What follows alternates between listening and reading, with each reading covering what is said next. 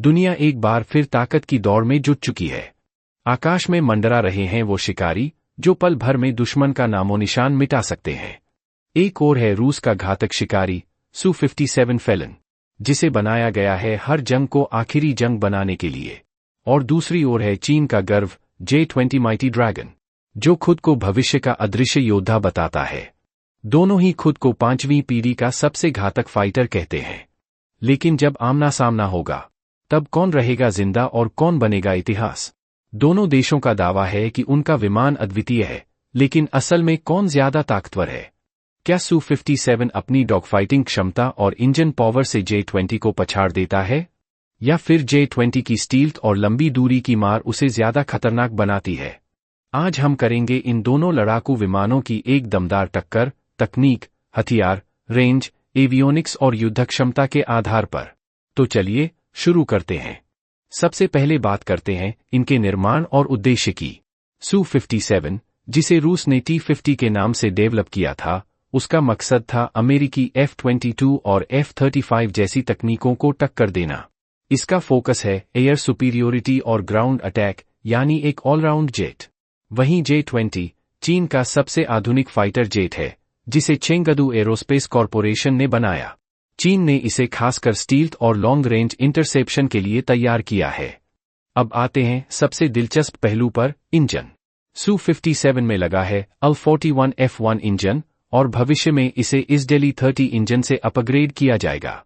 इसकी top speed है लगभग मैक 2.0, और ये सुपर क्रूज भी कर सकता है, यानी बिना आफ्टरबर्नर के भी ध्वनि से तेज उड़ सकता है।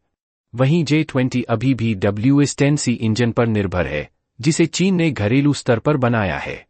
इसकी स्पीड भी लगभग मैक 2 है, लेकिन सुपर क्रूज की क्षमता Su-57 जितनी मजबूत नहीं मानी जाती। इंजन और स्पीड के मामले में Su-57 ज्यादा भरोसेमंद और दमदार नजर आता है। अब बात करते हैं स्टील्थ यानी दुश्मन की नजर से छिपने की। J-20 को खासतौर पर स्टील्थ फोकस्ड डिजाइन के साथ तैयार किया गया है। इसके शार्प एज, DSI इंटेक्स और चाइनीज राम कोटिंग इसे रडार पर पकड़ना मुश्किल बनाते हैं।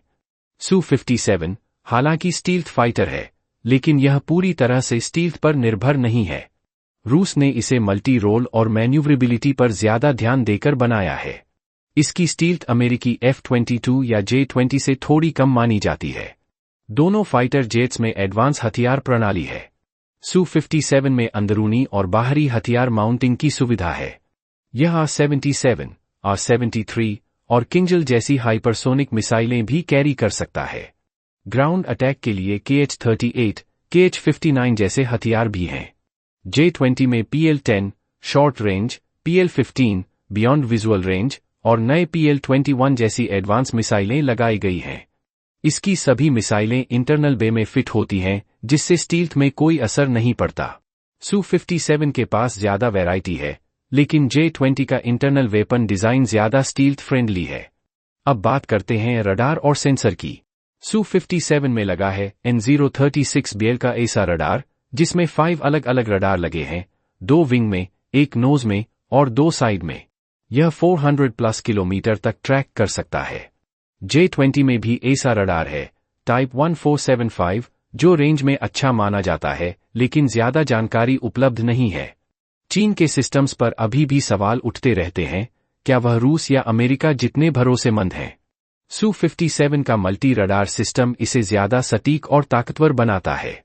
अब बात करते हैं मैन्यूवरेबिलिटी की। Su-57 एक बेहद मैन्यूवरेबल फाइटर जेट है। इसका थ्रस्ट वेक्टरिंग सिस्टम इसे किसी भी दिशा में मोड़ सकता है, जिससे यह क्लोज रेंज डॉगफाइटिंग में बेजोड़ बनता है। J-20 का डिजाइन लॉन्ग रेंज इंटरसेप्शन के लिए है, क्लोज रेंज डॉगफाइटिंग इसकी ताकत नहीं है। इसे स्टील्थ और मिसाइल से मार गिराने के लिए डिजाइन किया गया है, न कि क्लोज कॉम्बैट के लिए। मैन्यूवरेबिलिटी के मामले में Su-57 निर्विवाद विजेता है।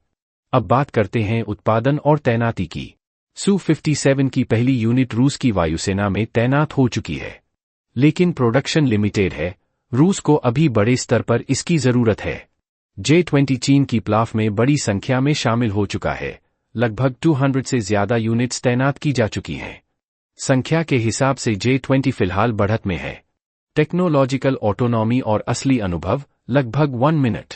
Su-57 की तकनीक रूस में ही विकसित हुई है और यह कुछ ऑपरेशनल मिशनों में हिस्सा भी ले चुका है, खासकर सीरिया में। यह टेस्टेड है। J-20 अब तक किसी रियल कॉम्बैट में नहीं उतरा है। इसकी टेक्नोलॉजी पर पश्चिमी विश्लेषक कई बार सवाल उठाते रहे हैं, खासकर इंजन और रडार के मामले में। टेक्नोलॉजी के परीक्षण और कॉम्बैट एक्सपीरियंस में Su-57 आगे है। निष्कर्ष ये है, दोस्तों, Su-57 और J-20 दोनों ही 5वीं पीढ़ी के अत्याधुनिक फाइटर जेट्स हैं। J-20 स्टील्थ, लंबी दूरी के मिशन और एयर